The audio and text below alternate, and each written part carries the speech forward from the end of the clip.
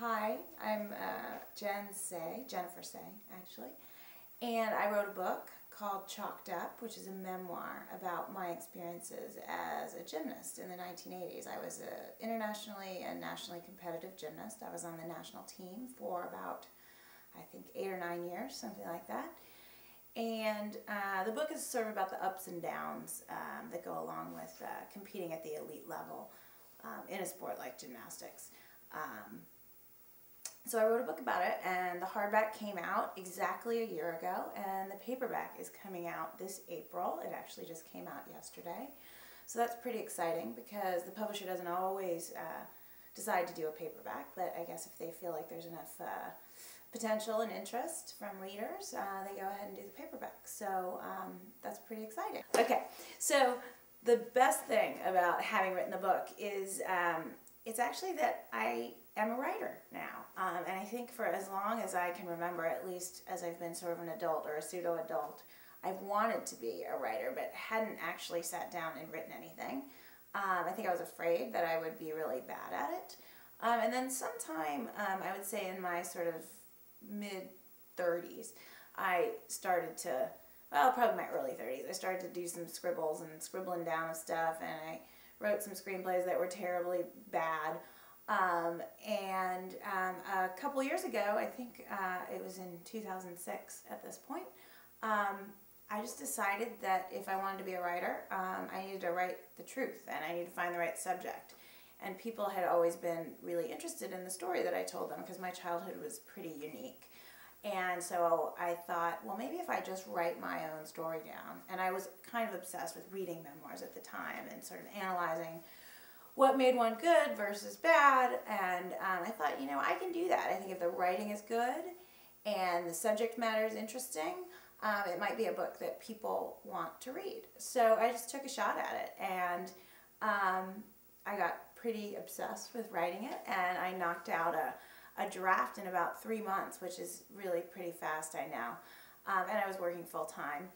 And I had some lovely friends who were willing to give me editing advice, and I edited it in a couple of months. And then I just sort of set my mind to finding an agent. And I'm pretty dog on bone, I guess, if I want something. And I just stuck at, you know, I kept at it, and I wrote 2 letters a week until somebody said yes. Got myself an agent, and she sold the book very quickly. And I just think the most satisfying thing in all of this is that I can actually, I still feel weird about saying it, but I can actually call myself a writer, because I think if you have a book, it's fair to say that. It still feels weird to me because I have a full-time job doing something else. But I guess I get to say that, so that's pretty cool. So since the book came out, and the book's release initially, the hardback, was timed to coincide with the Olympics, which was great because there's a lot of sports fans out there and gymnastics fans that were interested in buying the book and reading a little bit more about the sport. And it's certainly presented another side to the sport that isn't often depicted, I think, you know, in what you see on television, the kind of behind the scenes stuff. So because it came out, because the timing worked with the Olympics, I was able, or I got the opportunity to write about the Olympics on the sports page for Salon, and sort of offer the kind of insider's perspective or an athlete's perspective on the games themselves.